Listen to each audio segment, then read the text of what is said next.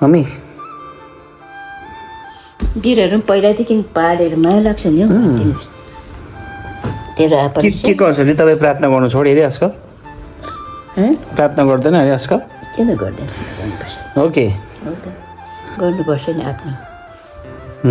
पछि मैले प्रार्थना गरेन देखा पो दिनुपर्छ याद छ हो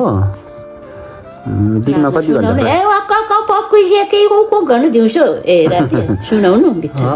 ईश्वरले सुन्नु पुगिहाल्छ कुन त नि म आउँदा त अन्त घुर्दै गरेको हुन्छ त सुतेर त्यो घुरेर एकछिन उठ्छ नि बिहान पनि बिहान नै उठेर घुम्नु गइहाल्छ डङ डङ डङ हल्ला गर्दै गर्नुहुन्छ बिहान उठेर पनि बिहान उठेर पनि प्रार्थना गरेको सुन्दैन त अन्त त्यति बेला प्रार्थना गरेर उठेको बिस्तारै गर्छ नि उठेर त्यो कहाँ भन्नु सुनाउनु ए मैले सुन्नु पर्दैन अन्त पहिला किन सुनाउनु मान्छेले सुनाएर के पाउँछ अहिले मलाई रिस उठाउँछ कि अहिले मलाई रिस उठाउँछ कि अहिले तलै तँ भगान तँले सुनाउनु तलै तँ भगान तँले सुनाउनु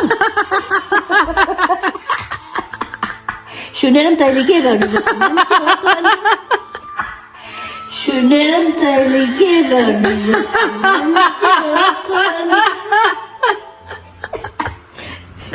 आमाले अब बोजूले मम्मी चाहिँ मलाई निन्द्रा दिएन भन्छ मान्छे उयो गर्छ अन्त पहिला प्रार्थना गरेको मैले सुन्नु परेन किन सुनाउनु ईश्वरलाई पनि सुनाउनु पर्छ मान्छेले सुनाउनु बाइबलमा लेखेको छ प्रभुले भन्दै थिएँ मम्मी हो नभएको तेरो आमाले प्रार्थना गर्दैन आजकल भन्थे पहिला त सानो गर्थेन अहिले त खोइ गर्दैन भन्दै तेरो आमाले भन्दै अहिले नभएको मम्मी पछि लेखा पो दिनुपर्छ याद छ मैले ढाँट्नु पर्दैन पहिला त तेरो आमा सानो प्रार्थना गर्थेन अहिले भन्दै भन्दै पुरा सुतुवा भएको छ आजकल तेरो आमा भन्दै थियो त्यो के म र त केटा उयो बोल्यो भनेन तिनीहरू याद त पाउँदैन 2-3 मिनट प्रार्थना गर्छ त्यो पनि के गर्छ भन्दै थियो टक्सिङ दिन्छु अहिले मम्मी दुई दिन त्यसो भन्दै थिएँ होइन न्यायमा त्यति बेला बोल्नुपर्छ डरपर्छ प्रभुको डर लाग्छ मम्मी मान्छेको बोल्नु ताक्दैन तपाईँ प्रभुलाई डर मान्छ कि प्रभुलाई प्रेम गर्छ तपाईँ प्रभुको डर राखेर प्रेम गर्छ प्रभुको डर राखेर उसले प्रेम गर्छ नि मलाई प्रभुले तपाईँले प्रभुको डर राखेन भने चाहिँ अन्त तिनीहरू छैन म एक्लै कस्तो खुट्टा दुख्यो आम्मा